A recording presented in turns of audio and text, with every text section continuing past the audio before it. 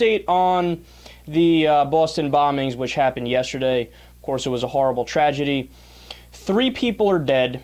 There's 183 people that are injured. What's surprising to me is that that number keeps getting readjusted. In fact, about 3 hours ago, the number was at 176 people. It has now increased to 183 people. I don't know how that's the case, but that's what happened. There's 23 people that are injured that are in critical condition. There are at least 9 of the people that are injured are children. Among the 3 dead, incredibly heartbreaking story. One of them is an 8-year-old boy by the name of Martin Richard. His 6-year-old sister lost her leg. The mother is undergoing brain surgery. It's just a horrible situation in so many ways. Of the 2 bombs that were used, one of them was put in a pressure cooker in a backpack, and it exploded small pieces of shrapnel all around. Experts are saying that it looks like the intent of the bombs was specifically to injure people, not even necessarily to kill people, to inflict a tremendous amount of harm without killing.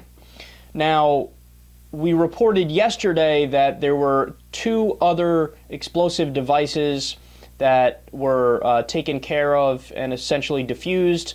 Now we are getting the news that in fact that wasn't the case, and these were the only 2 bombs that were found. University, actually, you know what, I'll get to that in a second. But first let me say, we still don't know who did it. We still have no idea who did it. Now, according to a University of Chicago terrorism analyst and expert, he says that the Boston bomb placement shows it was designed not for maximum lethality, like I just said, but to send a message by maiming and wounding.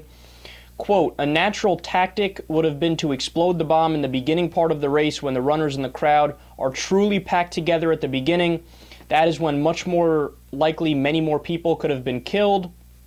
This is Professor Pape, who is a political scientist. He says investigative requests for all amateur videotapes will likely turn up pictures of the bombs being placed near the marathon finish line. He says there's a better than even chance this will provide investigators with leads needed to find the bomber. Of course, there's videotapes from local banks and restaurants and security cameras and things of that nature that might also help us along here. Other experts say it's about a 75% chance likelihood that we'll figure out who did it. Professor Pape also says that he tends to rule out Al-Qaeda as the bomber, because if it were Al-Qaeda, they would have claimed responsibility by now. So in the past, whenever Al-Qaeda commits a terrorist atrocity, they brag about it. They, they'll go all over the place talking about how they own up to it and they're happy they did it. Al-Qaeda, in fact, is completely silent on this incident, so they say it's very likely that it is not Al-Qaeda. And if you go further into the details and you look into the timing of the attack, it may lead to some clues. Now look, I'm not saying that we know who did it. In fact, it is literally the case that we don't know who did it, so all options are still on the table. Some experts say it's a 50-50 chance that it's Al-Qaeda, even though that this expert thinks it's not Al-Qaeda. Other experts are leaning towards Al-Qaeda.